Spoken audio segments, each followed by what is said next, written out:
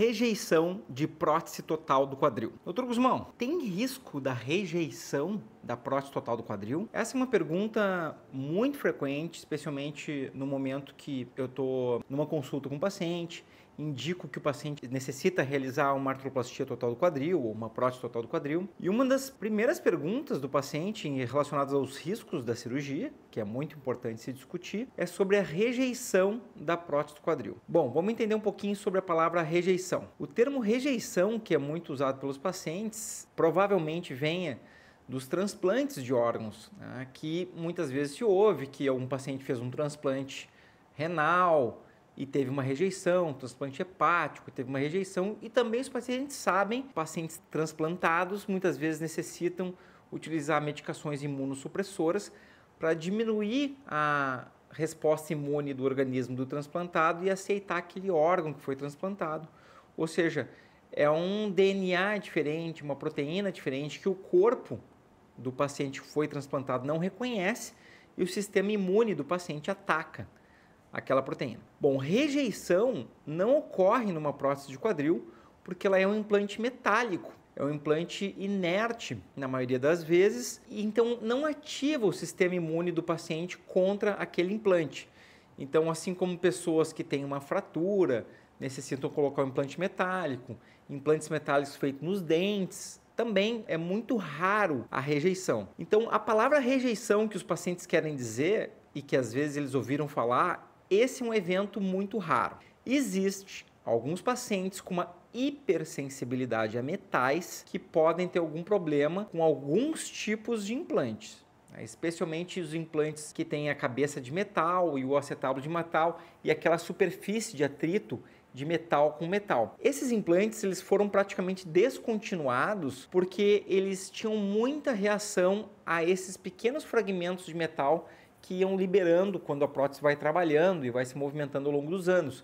Então, o par tribológico, ou seja, o par de atrito, ou seja, onde a prótese se movimenta de metal com metal, a cabeça metálica, o acetábulo de metal, praticamente não existe mais, está abandonado. Mas então, afinal das contas, o que os pacientes querem dizer com rejeição? Provavelmente, esses pacientes queiram dizer, baseado em experiências de amigos, parentes, conhecidos, eles devem estar se referindo a infecção. Diferente de rejeição, é quando uma bactéria se instala numa prótese e requer um tratamento prolongado para eliminar essa bactéria. Então, o tema infecção vai ser um tema também que ele vai ser recorrente em alguns vídeos.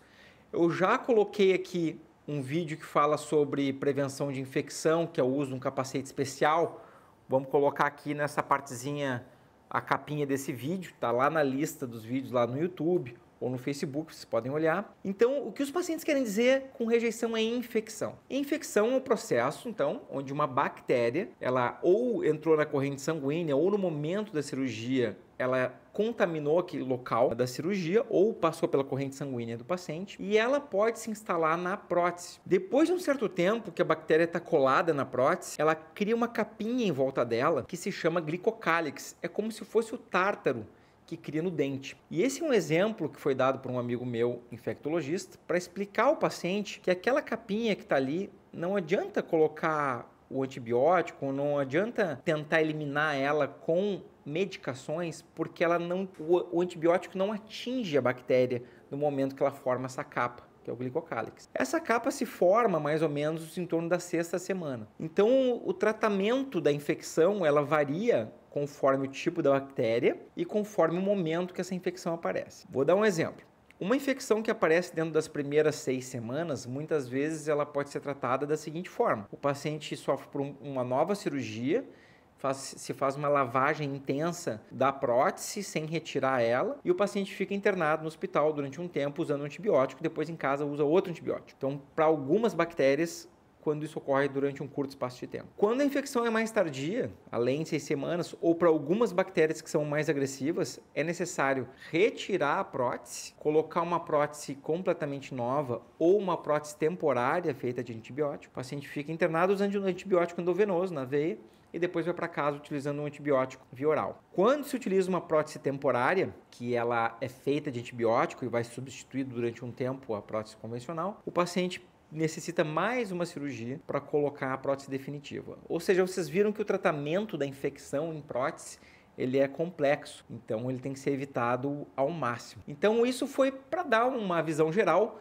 sobre o que é rejeição e o que é infecção. Então rejeição é muito raro de acontecer e a infecção é uma complicação um pouco mais comum e que deve ser evitada a todo custo. Em breve vai ter mais vídeos que falem especificamente sobre infecção, certo? Espero que vocês tenham gostado do vídeo. Por favor, se inscrevam no canal, no caso do YouTube, e se inscrevam lá no canal do Facebook. Comentem, façam suas perguntas sobre esse tema rejeição versus infecção e eu vou tentar responder ela de uma forma o mais clara possível, certo? Beleza, então. Um abraço.